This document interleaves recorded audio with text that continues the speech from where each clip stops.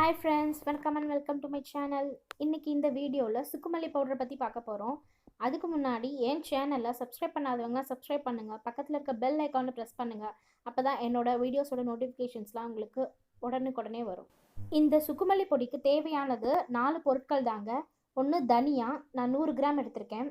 அதுக்கப்புறம் மிளகு, அது 50 கிராம் எடுத்திருக்கேன். சுக்கு 50 கிராம் எடுத்திருக்கேன்.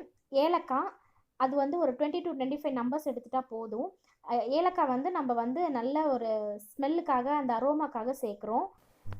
சுக்கு, மிளகு, இந்த தனியா இதெல்லாம் பார்த்திங்கன்னா நம்மளுக்கு நல்ல மருத்துவ குணங்கள் இருக்கிற பொருட்கள், நம்ம கிச்சனில் யூஸ் பண்ணுற பொருட்கள் தான். இதை வச்சு தான் இந்த பவுடர் நம்ம செய்ய போகிறோம். ஃபஸ்ட்டு கடாயை லைட்டாக சூடு பண்ணிவிட்டு தனியா நான் லைட்டாக வறுத்து எடுத்துக்க போகிறேன். இதெல்லாம் வறுக்கிறது எதுக்காகன்னா, நான் கொஞ்சம் பவுடரை ஸ்டோர் பண்ணி வச்சுக்கிறதுக்காக செய்கிறேன். ஸோ அதனால் வறுத்தோன்னா நம்மளுக்கு வண்டு பிடிக்காமல் இருக்கும் பவுடரில். அதுக்காக வறுக்கிறேன். ப்ளஸ் இதோட நல்ல ஸ்மெல்லும் இருக்கும் இந்த பவுடருக்கு. இது எல்லாத்தையும் வெயிலில் ஒரு நாள் நல்லா காய வச்சுட்டு அதுக்கப்புறம் வறுத்திங்கன்னா இன்னும் நல்லா சீக்கிரமாக வறுபட்டுரும். அதுக்கேற்ற மாதிரி நல்லாவும் இருக்கும் நம்மளுக்கு அரைக்கிறதுக்கு. இந்த சுக்குமல்லி பவுடரை நீங்கள் இன்கேஸ் நான்வெஜ் சாப்பிட்றீங்க அப்படின்னா அந்த டைமில் இது ஒரு டம்ளர் காய்ச்சி குடிச்சிங்கன்னா நம்மளுக்கு ஈஸியாக ஜீரணமும் ஆகும். அதுக்கேற்ற மாதிரி வீட்டில் உடம்புல கொழுப்பும் சேராமல் இருக்கும். அதுக்கப்புறம் சளி பிடிச்சிருக்கு அப்படிங்கிற மாதிரி இருந்தால் இதை குடித்தா இந்த சளியும் சீக்கிரமாக சரியாகும். அது மட்டும் இல்லாமல் இருமல், மார்சளி, தொண்டை கரகரப்பு இந்த மாதிரி இருக்கிற பிரச்சனைகளுக்கும் இந்த சுக்குமல்லி பவுடரை நம்ம குடிக்கலாம். அது குடித்தா நம்மளுக்கு உடனே ஒரு நல்ல ரிலீஃப் கிடைக்கும். இப்போ தனியா நல்லா வறுத்துட்டு அதை ஒரு பிளேட்டில் ட்ரான்ஸ்ஃபர் பண்ணிட்டேன். கொஞ்சம் ஆறட்டும் அது. அதுக்கடுத்து மிளகு வறுக்க போகிறோம். மிளகும் லைட்டாக வெடிக்கிற ஸ்டேஜ் வரும்போது அதை வறுக்கிறத நிறுத்திட்டு அதையும் அந்த பிளேட்டில் ட்ரான்ஸ்ஃபர் பண்ணிட்டு போகிறேன். சுக்கு இது ஏன் நான் சூடுபடுத்துகிறேன்னா, ஏன்னா எனக்கு வெயில் இல்லை 2 நாளாக, அதனால் நான் லைட்டாக இதை சூடுபடுத்திக்கிறேன். அதுக்காக போட்டிருக்கேன். அப்புறம் ஏலக்காவையும் லைட்டாக கொஞ்சம் வறுத்து எடுத்துக்கலாம். அது ஸ்மெல் நல்லா வர வரைக்கும் வறுத்துட்டு அப்புறம் அதையும் அந்த பிளேட்டில் ட்ரான்ஸ்ஃபர் பண்ணிடுறேன். எல்லாமே கொஞ்சம் ஆறின பிறகு பவுட்ரு பண்ண போகிறோம்.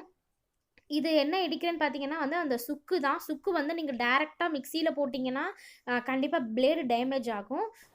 அதனால நான் இடிகளில் போட்டு நல்லா இடிச்சுக்கிட்டு இந்த மாதிரி தான் ஆட் பண்ண போகிறோம். எல்லா சுக்கையும் இந்த மாதிரி இடிச்சிட்டு இதை மிக்சியில் போட்டு நல்லா பவுட்ரு பண்ண போகிறோம். எந்த அளவுக்கு மிக்சியில் நல்லா பவுட்ரு பண்ண முடியுமோ அந்த அளவுக்கு நல்லா ஃபைன் பவுடராக தான் அரைக்க போகிறோம். இப்போ நான் மிக்சியில் போட்டு அரைச்சது இந்த அளவுக்கு பவுட்ரு பண்ணியிருக்கேன். நான் உங்களுக்கு தொட்டு காமிக்கிறேன் பாருங்கள். லைட்டாக கொஞ்சம் நரன்னு இருக்கும். என்னோடய மிக்சியில் இந்த அளவுக்கு தான் ஃபைனாக நல்லா கிரைண்ட் பண்ண முடிஞ்சுது. அதுக்கப்புறம் சுக்கு இருக்கிறதுனால லைட்டாக இந்த மாதிரி திப்பி மாதிரி இருக்கும். பட் அது ஒன்றும் பிரச்சனை இல்லை. நம்ம கொதிக்க வச்சு ஃபில்டர் பண்ண போகிறோங்கிறதுனால அது ஒன்றும் பிரச்சனை கிடையாது. ஸோ நான் இந்த கன்சிஸ்டன்சி தான் நான் எடுத்திருக்கேன். இப்போ இதை நான் உங்களுக்கு எப்படி பண்ணுறதுங்கிறத காமிக்கிறேன். நாங்கள் மோஸ்ட்லி பாலில் கலக்க மாட்டோம். இந்த மாதிரி தண்ணியில் தான் கொதிக்க வச்சு சாப்பிடுவோம். ஏன்னா கோல்டுக்காக சாப்பிட்றோம் அப்படிங்கிறதுனால நான் பாலை அவாய்ட் பண்ணிக்குவேன்.